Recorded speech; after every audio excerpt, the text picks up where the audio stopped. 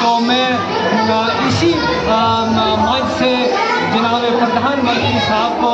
और जनाब अमित साहब को और ख़ासकर जनाब जितेंद्र साहब को और हमारे एलजी साहब को इसी मंच से मैसेज देना चाहता हूँ कि भारत बहुत बड़ा भारत है, लेकिन एक तहसील ऐसी भी है जो भारत देश के लास्ट कोने में तहसील बनी है, वो जो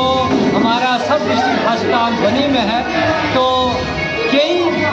सालों पहले यहाँ सब डिस्ट्रिक्ट अस्पताल में ऑपरेशन हुआ करते थे, लेकिन अब अफसोस से ये कहना पड़ता है कि आज कम से कम तो 10-11 साल हो गए कि हमें यहाँ चलाते हुए डीसी साहब का दरबार होता था, एसडीएम साहब का दरबार होता था, या एमपी साहब आते थे या हमारे एमएलए साहब आते थे, तो हम यही डिमांड करते थे कि हमारे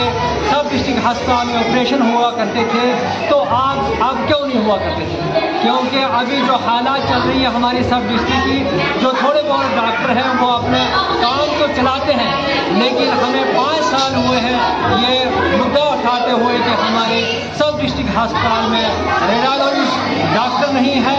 गायनेकोलॉजिस्ट डॉक्टर नहीं है और फिजिशियन डॉक्टर नहीं है। तो मैं रिक्वेस्ट करना चाहता हूँ कि इसी आज़ादी के दिन पर कि जनाब वाला हमारा ये मैसेज आप तक इनके माध्यम से पहुँचे। तो मैं इससे यही दरख्वास्त करना चाहता हूँ कि वो जल्द अज जल्द हमारी इस डिमांड को पूरी करें। और साथ ही मैं और एक मैसेज देना चाहता हूँ कि मोदी साहब की सरकार जो है बहुत पावरफुल सरकार है, और मुझे पूरा विश्वास है कि जो हमारे पढ़े लिखे नौजवान